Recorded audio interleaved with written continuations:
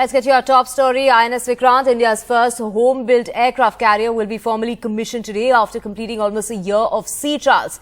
The 45,000-ton warship has been built at a cost of 20,000 crore rupees, and the Prime Minister will commission the largest ship ever built in maritime history of India at the Cochin Shipyard Limited in Kochi at 9:30 this morning. At 262 meters long and 62 meters wide, INS Vikrant is the largest warship to be built in India. It can have 30 aircrafts on board, including MiG-29K fighter jets and helicopters. The warship can accommodate a crew of nearly 1,600. With the commissioning of INS Vikrant, India will now have 2 operational aircraft carriers along with INS Vikramaditya, significantly boosting India's maritime strength.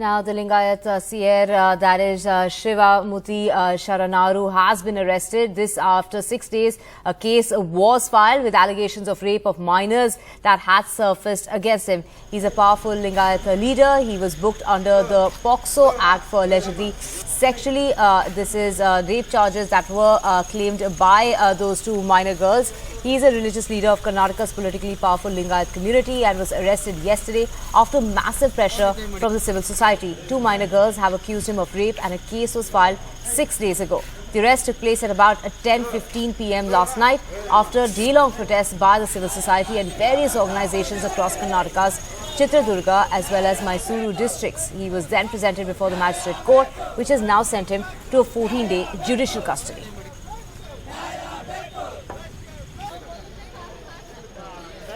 How many people are being arrested in this particular case?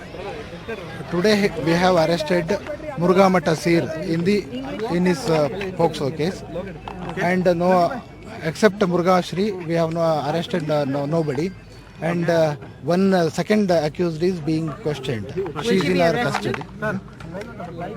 After inquiry, we will. So what about the other accused in this particular case? Do you know about their whereabouts? Is there a lookout for them? Yeah, we know their whereabouts. Definitely, we will inquire them. After that, we will follow the process. So there's some information that there were doctors present at the mart even before the police arrived there. Was that as per protocol? Did the police know about this? If you could throw some more light on that. I will check up with the doctors. Sir, Now, the religious leader has finally been arrested after a case was filed against him 6 days ago, which led to a political uproar, many questioning as to how that arrest, in fact, was delayed over the last 5 to 6 days, considering that the girls were minors and they have accused him of rape. 2 minor girls have accused him of rape and a case was filed.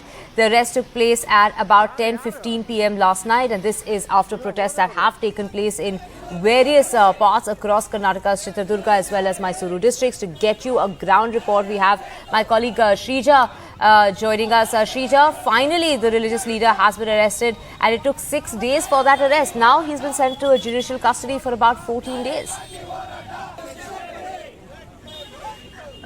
Well, last night was so dramatic because what we did, of course, first see was the police arresting or taking the Muruga Matsir, the pontiff, Dr. Shivamurthy Sharanaru, very, very discreetly because, the usual entry and exit point was, of course, not used.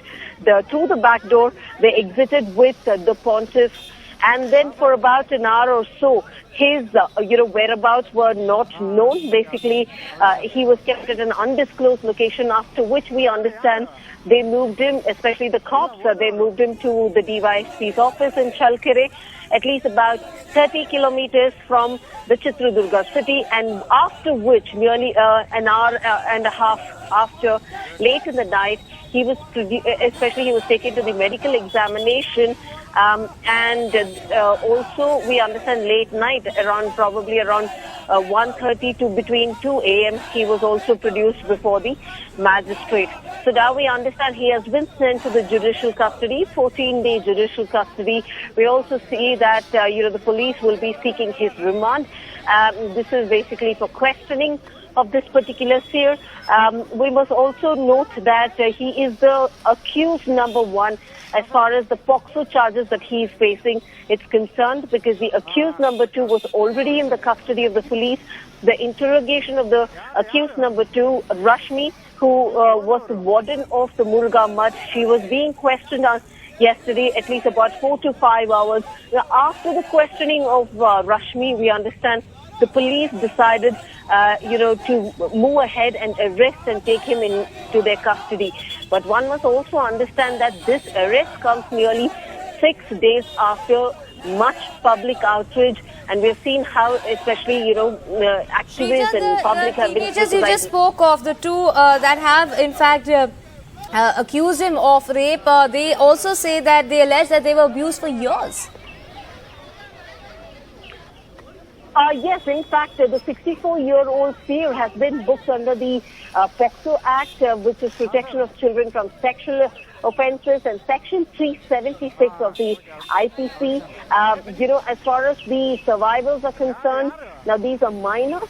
Now they have made allegations in their complaint saying that they have been sexually assaulted, raped in the last 3.5 years.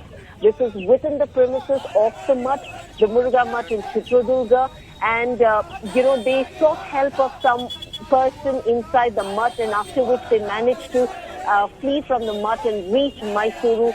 Soon after which they sought the help of a Mysuru NGO, through which they were able to register a complaint at Mysuru police station, and then it was transferred back to Chitradurga. Now, it is very, very shocking to note that, in the last 6 days, what's really transpired, because what we have seen is, of course, one is it's a high-profile case. Two, you've seen especially several of the BJP leaders, not just BJP, but including the opposition, the principal opposition, the Congress leaders, outrightly supporting, especially the seer. You have never seen these leaders condemn the entire crime at all. Right, Shrija, given the Lingayat community's political clout, the state political leaders cutting across party lines, they maintain silence on the issue. Well, that's right. In fact, all this while they have maintained silence in the last 6 days. All that we heard from the Chief Minister, Basuraj Bommai, the last that he did say is that the police had full freedom, to order a fair probe into this particular case. But clearly, we did not see that happen, because in the last 6 days, of course, there's been a public pressure. People have been questioning the police inaction. Why? Such kind of a preferential treatment, because if it was a common man, you would see an immediate arrest. But it is a Lingayat seer, you do not see an arrest for 6 days. So what we did see yesterday was huge protest breakouts in Mysuru district and Chitradurga district right before the DC's office, demanding his arrest, and also in fact the BJP leaders, being called out for outrightly supporting a POXO accused Lingayat seer. So we must also understand why exactly did this happen as far as the state government is concerned, because Karnataka is just about 6 to 7 months to elections, and it becomes very, very crucial and pertinent for them so that they don't disturb this particular, the prominent Lingayat vote bank, because that is the majority as far as the BJP is concerned. That is one reason what we did, of course, witness on ground outrightly, where BJP leaders supporting him even before the investigation or questioning began against him. You went on to see the former Chief Minister, B.S. Yediyurappa, and various other ministers, BJP ministers themselves, giving him a clean chit. Right. In fact, because of that delay after that case was filed 6 days ago, a lot of uproar was seen across many parts of Karnataka. Many people protesting. What is the situation on the ground this morning? Well, right now what we see is that he's already been taken into judicial custody. Of course, in the one way, what the public is saying is that it's good that he is at least finally arrested. It's not in a way where, you remember today his anticipatory bail hearing was to come up, because just about yesterday the district magistrate court, they had deferred it by 1 day, and today we understand the hearing was to come up. So just in the last few hours or so, between yesterday and today, we see quite a lot of changes that happened, where he's already been taken into custody. We also understand his team would be moving for a bail application, but in the meantime, you also see the police seeking for his remand for interrogation. But on the other hand, as far as the public outrage is concerned, it is calm at the moment, but also questioning the fact that, how fair the probe will be. Right, Shrija, thank you so much for getting us those details. We will keep tracking the story and keep coming back to you for more. For now, the Lingayat religious leader has been sent to judicial custody for the next 14 days. Moving on, Trinamool Congress National General Secretary Abhishek Banerjee has been summoned by the Enforcement Directorate in connection with the coal smuggling probe. Abhishek Banerjee will appear before the agency at its office in Kolkata, and fresh summons were in fact issued to the Trinamool Congress MP Abhishek Banerjee, as he has been summoned. Also the Law Minister of West Bengal has also been summoned in connection with the same probe to its New Delhi office on the 14th of September, as well as Abhishek Banerjee's sister-in-law, who has been summoned by the Kolkata office of the ED on the 5th of this month. Mamata Banerjee has hit out at the government, saying that that this was not just vindictive politics, but also open violence. She's gone on to say, I would not have joined politics if I knew that politics would become this dirty. To get more details, we have my colleague Saurabh Gupta joining us. Saurabh, strong reaction there from Mamata Banerjee, sir, who's going on to say that she probably wouldn't have joined politics had she known it would get this dirty.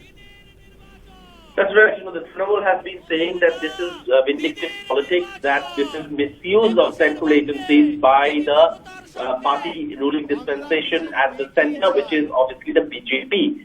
Now, this is, of course, something that's been a probe that's ongoing. Abhishek Banerjee has been, questioned earlier. Also, what we know is that he was questioned at the ED office in Delhi. And at this point, what we also know is that, there is a lot of... what time is he expected at the ED office today? Yes, he is expected at the ED office today, and that is, of course, something that, that we are being told that he would come. But again, we need to see if he seeks an extension or... if he says that he wouldn't be able to come for whatever reason today, but that is of course not clear yet. So he's expected at the Kolkata office of the ED today. But like I was saying, this has become a political war of words over this. In fact, both Abhishek Banerjee and Mamata Banerjee referred to it during the TMC Foundation Day event, which saw a massive crowd gathering. And at that event also they said that, this is, look at the crowd. Now probably we'll see people being summoned as well. Right. Abhishek Banerjee expected at the Enforcement Directorate's office today, and major reactions coming out of Mamata Banerjee. Saurabh, she's gone on to say that she will fight legally so when it comes to her family. That's right. She is, of course, someone who's very particular about her image, and she's someone who's had a clean image in politics for a long time. In fact, she still lives in that home in Calicut. She didn't move into an official residence. So she is very clear and particular about her image. So the party also is clear and particular that when it comes to her image, there will be no compromises, because that's the strength of the Trinamool Congress, Mamata Banerjee's image. So in that context, yes, the Trinamool will fight tooth and nail to protect her image and the clean image that she has. Right. Well, thank you, Saurabh. Stay on with us for our next story as well. Moving on, leaders of Jharkhand's ruling JMM Congress coalition, they met with the governor amid uncertainty over Hemant Soren's disqualification issue. As that continues, the MLAs have complained that leaks from the governor's office are causing the commotion and in a letter requested that he clear the air. To get more details about this, we have Saurabh back with us. Saurabh, the governor still sitting on the decision regarding Hemant Soren's disqualification. One of his options is to resign. Will Hemant Soren resign? There seems to be no confirmation about that yet. Well, Hemant Soren resigning will be a very, very calculated and considered decision. And that will be happening only when Hemant Soren is sure that there is no debarring him from protesting, which legal experts say is generally, the norm in case that disqualified but not barred. So in that context, yes, he will resign when he only knows that, because that then gives him an avenue to maneuver out of this crisis that Jharkhand's ruling alliance is facing. So in that context, yes, the delegation met the governor, asking him to take a decision one way or the other and not to perpetuate the instability and the political uncertainty in the state. That they say is also encouraging, others approaching their MLAs, and trying to lure them away and bring down a democratically elected government. So that's the position of the ruling alliance, which is the combination of the JMM, the Jharkhand Mukti Morcha, of course, with the Shibu Soren's party, and Hemant Soren is the chief minister. Then you have the Congress in this alliance, and several Congress leaders also be vocal about this. And then also you have other parties like the RJD as part of the alliance. Right. Thank you so much, Saurabh. We will keep tracking this story and keep coming back to you for more on that. For now, we're slipping into a very short break. News and updates will continue on the other side. Stay with us.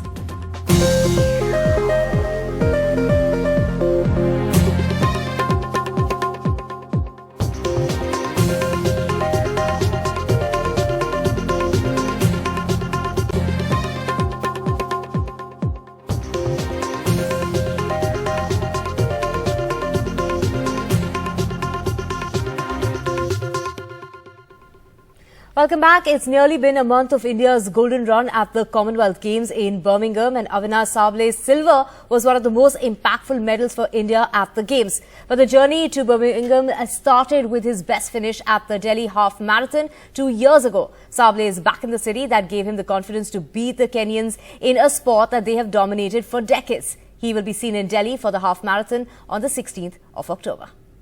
I'm joined by Avinash Sable, the silver medalist from Commonwealth Games. Avinash, Commonwealth Games हो गया है, अब करीब एक महीना होने चला. क्या आप उस यूफोरिया में अभी भी है, या फिर मतलब चीज़ें बदलने के बाद ज़िंदगी को नई तरह से देख रहे हैं आप? नहीं, देखो, मतलब उसमें रिजल्ट अच्छा रहा, मतलब अच्छा लग रहा है, लेकिन हम मतलब उस कंपटीशन का जो ये है सक्सेस है उसको मतलब जितना ये हो सके जल्दी हो सके उसको भुला के नेक्स्ट जो कंपटीशन है उसके लिए प्रिपरेशन के लिए प्लान कर रहे हैं. तो काफ़ी अच्छा लग रहा है अभी, और कुछ मतलब एक महीना हुआ है, कुछ थोड़ा सा बीच में ट्रेनिंग्स वगैरह मतलब थोड़ा सा नहीं कर पाए, लेकिन अभी फिर से ट्रेनिंग स्टार्ट किया है और नेक्स्ट इवेंट के लिए रेडी हो रहे हैं. Avinash is in Delhi to announce the starting of Delhi Half Marathon, which will be staged on 16th of October, and he has very special memories with the city of Delhi. Avinash, Delhi के साथ कुछ special memories है आपका. आप 2020 half marathon में एक record भी set किए थे, उसके बारे में हमें बताइए. देखो, दिल्ली हाफ मैराथन मैं पहली मैराथन थी वो 2017 में भागा था, तो उसमें मैं 1 hour 4 minutes किया था. तो मतलब एक एक्सपीरियंस था मेरे लिए, मतलब बहुत अच्छा कोर्स है. यहाँ पे आने के बाद बहुत ज़्यादा सपोर्ट मिलता है, तो मैं मतलब ऐसे लगता है कि मतलब एक अंदर से अलग से जोश आता है जो दिल्ली में आके कि इतना क्राउड होता है, इतने सारे लोग भागते हैं, तो मतलब बहुत अच्छा लगता है. फिर उसके बाद में 2020 में कोविड का ये चल रहा था, तो उस समय किसी को नहीं लग रहा था कि कोई कंपटीशन होगा, तो उस समय दिल्ली हाफ मैराथन हुआ था और मुझे मतलब एक अच्छा मौका मिला था कि हाँ जो ट्रेनिंग किया है मैंने कोविड के टाइम पे, मतलब जो लॉकडाउन हुआ था, तो उसको एक प्रूव करने का टाइम मिला था और उसमें मैंने 60 मिनट 30 सेकंड किया था। तो काफ़ी अच्छा लगा था। रिजल्ट के बाद सब बोल रहे थे, मतलब जैसे बोलते थे कि हम इंडियन एथलीट्स 64 ब्रेक नहीं कर रहे कोई, या हम कब मतलब बाहर के जो एथलीट हैं उनके साथ कब फाइट करेंगे या उनके साथ कब दौड़ेंगे हम। तो मैं पहले 10 किलोमीटर उनके साथ गया था, जैसे फर्स्ट ग्रुप के साथ। तो मतलब काफ़ी अच्छा लगा था। और पोडियम फिनिश था आपका? नहीं, मेरा इंडियन पोडियम फिनिश था, लेकिन उसमें मैं पीछे था। लेकिन इस बार पक्का ये है कि नहीं, मैं पिछली बार 10 किलोमीटर गया था, लेकिन इस बार मैं पूरा रेस जाना है। शुक्रिया हमसे बात करने के लिए, and all the best for the half marathon. So several elite runners including Avinash Savle will be back on the Delhi tracks when the half marathon takes place. In New Delhi with Ashwini Mehra, Rika Roy for NDTV.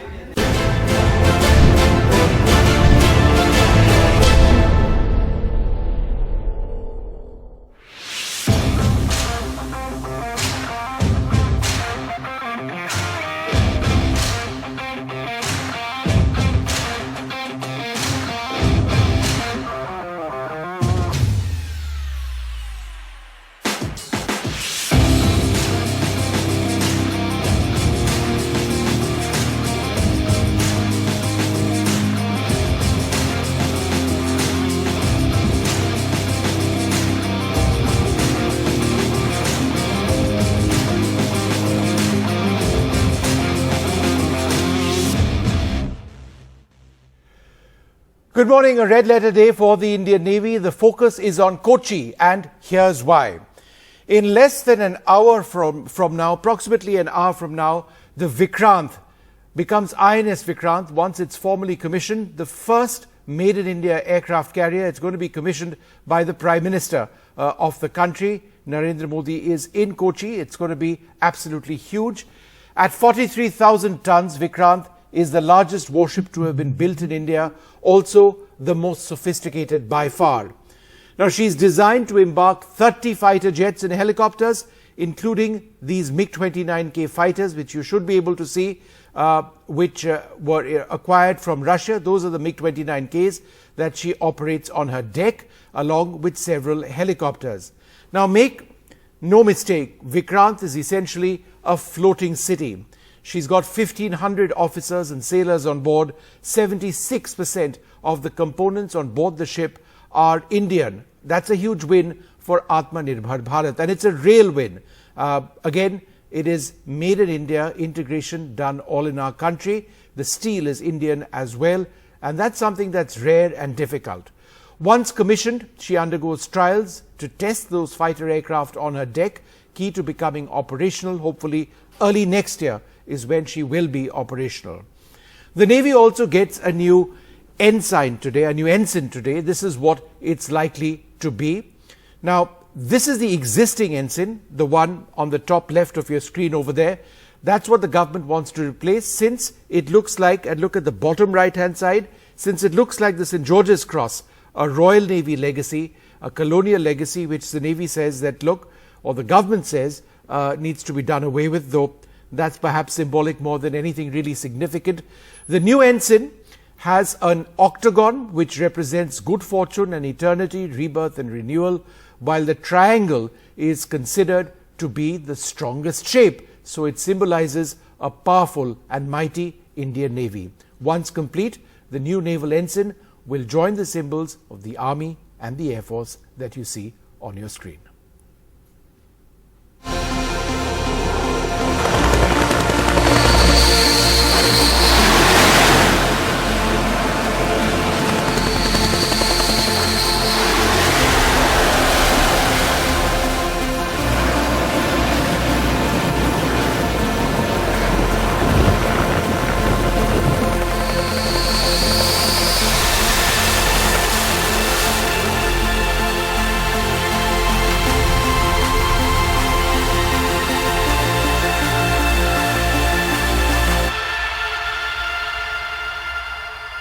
Hello and welcome to a very special program. I'm Vishnu Shom. I'm on the deck of INS Vikrant India's first made-in-India aircraft carrier, designed and developed by the Indian Navy and constructed by the Cochin shipyard. I'm in Kochi now, and in just a couple of months from now, when the first fighter aircraft come hammering down on this deck and the ship gets ready for all operations, India will have a genuine force multiplier, something that can take on the increasing challenge or the threat of the Chinese Navy, or for that matter, the Pakistani Navy operating in the Indian Ocean region.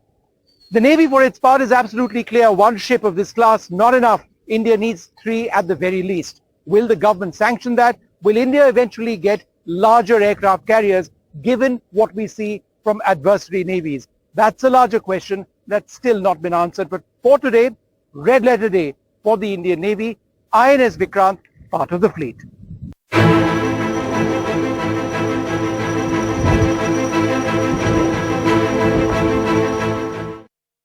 The induction of Vikrant, IAC-1 as it's presently known, is going to be a red letter day in the history of the Indian Navy. The Indian Navy is one of the few navies in the world which have operated aircraft carriers for several decades. So the induction of this ship actually incorporates the experience of several decades. And the fact that it's made in India with Indian engineering and Indian integration and Indian systems makes it a huge moment for the country. Also going forward, given the evolving threats across the region, the aircraft carrier represents a significant force multiplier for the Indian Navy. Joining us now to talk a little bit about that, somebody squarely in the middle of inducting this wonderful warship, the Flag Officer Commanding-in-Chief, Southern Naval Command, Vice Admiral Humpy Holly. Sir, thanks very much for being with us. Sir, how does IAC-1, Vikrant, represent in a sense the pinnacle of Indian engineering? Thank you, Vishnu. With the historic commissioning of the indigenous aircraft carrier Vikrant, India will join a select group of nations which can design and construct their own aircraft carriers. Vikrant has been named after its illustrious predecessor, INS Vikrant then, which has since been decommissioned, which played a stellar role in the Indo-Pak War of 1971. This ship has been indigenously designed by the Navy's Warship Design Bureau, and as you are aware, constructed by Cochin Shipyard Limited, and is a true example of Atmanirbharta. Right. Shipbuilding has not been new to the Indian Navy and to our country in particular. We made our first few petrol vessels in the 1960s.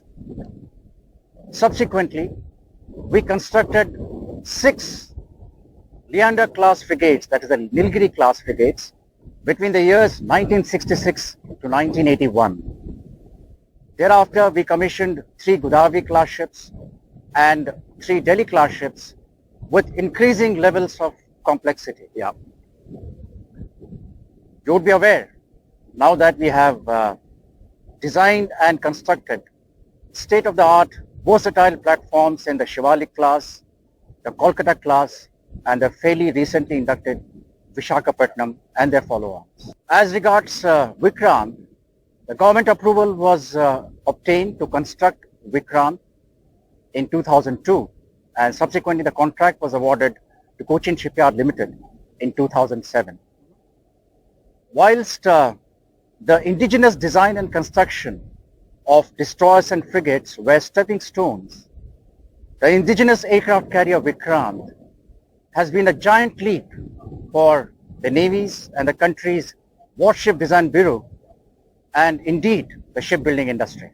So the role of an aircraft carrier, what role does an Indian aircraft carrier play, and how do you see that going forward? Well, Vishnu, the indigenous aircraft carrier can perform all the traditional roles as indeed as any naval warship can do. Right. And those roles essentially pertain to constabulary, diplomatic, benign and military. The aircraft carrier can be utilized for power projection, for ensuring maritime security in the Indian Ocean region, and can provide for credible deterrence. Right. You see, Vishnu, the carrier battle group of which the aircraft carrier, with its integral air power being the central entity, is a self-contained and a composite force. A carrier battle group with its inherent attributes of mobility, comprehensive firepower and resilience, coupled with the flexibility, immediacy and persistence of the carrier-borne aircraft, provides a carrier battle group unmatched flexibility to carry out a range of missions and tasks. Right. So, Vikrant, around which CBG would be centered, would provide the Indian Navy unmatched flexibility, Right. reach and sustenance for the accomplishment of its missions through persistence and presence. Right.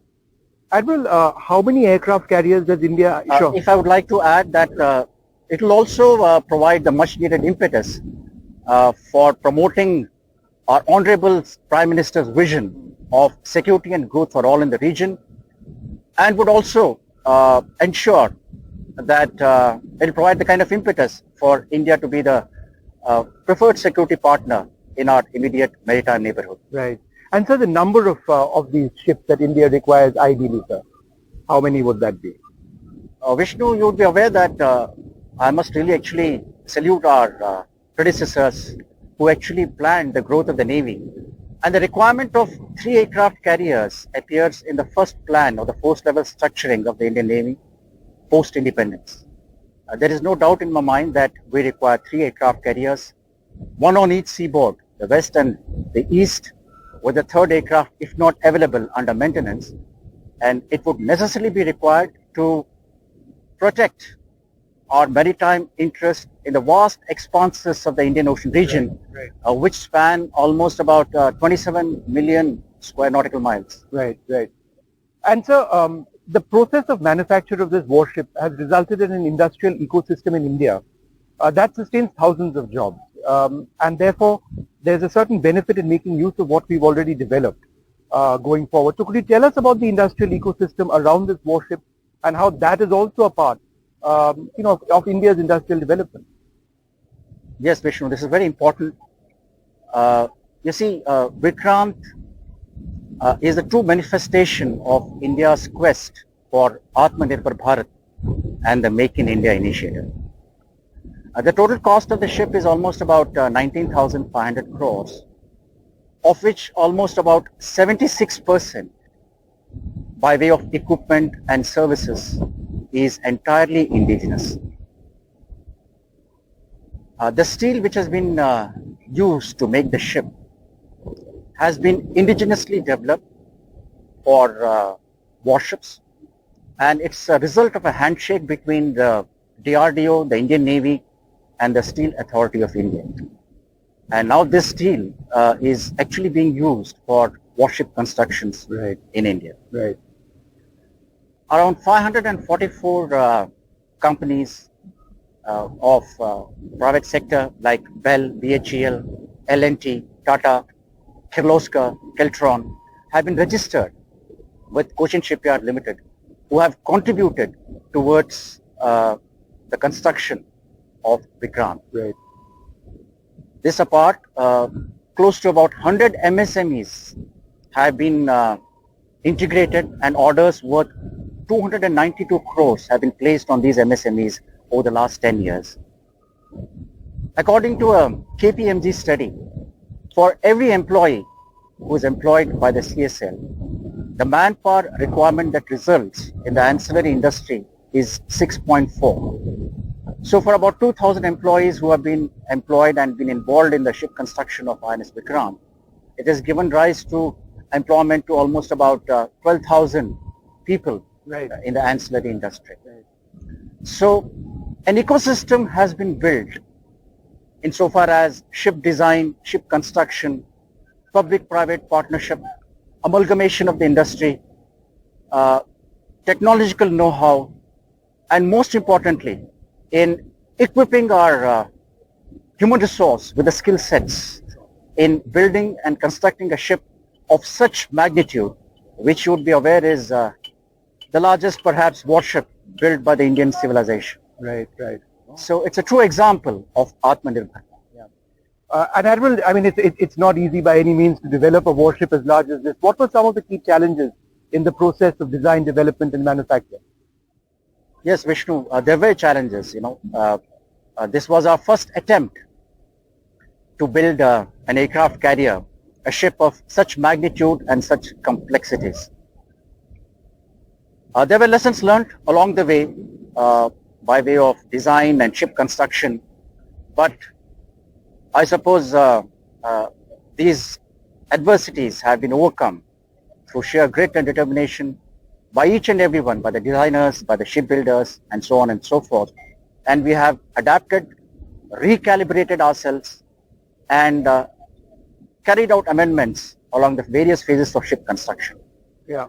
As regards challenges, the foremost challenge actually pertained to the design of an aircraft carrier, ab initio. Right.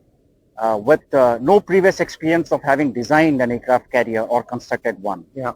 The second challenge actually pertained to the shipbuilder themselves, with Cochin Shipyard Limited, with their limited availability of skilled manpower and with perhaps no experience of warship construction.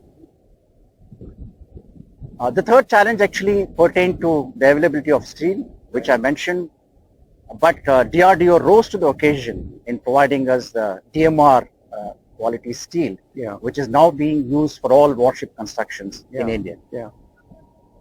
COVID-19, of course, came with the challenges which you are aware, which the whole country faced. But I suppose the spirit of human endeavor has triumphed over these challenges, which manifested to the shipbuild aspect of Vikrant by way of non-delivery of equipment on time, Right, right. by way of services which were affected, by way of unavailability of specialists and skilled manpower and so on. Yeah. Admiral, one final question to you. You know, the road ahead, she's brand new now, you've done sea trials, but you're yet to, for example, land fighter aircraft on board. So what's the path ahead towards making this battle ready? After commissioning of the ship would be involved in the trials of the equipment of the aviation facilities complex. This will be followed by the trials of launch and recovery of its aircraft, that is a fighter aircraft and the rotary wing aircraft, in varying conditions of wind, weather and weapon loads and combinations thereof.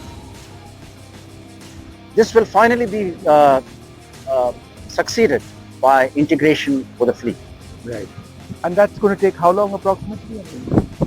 I reckon this would take about 4 to 5 months, with monsoons playing truant. Right. Right.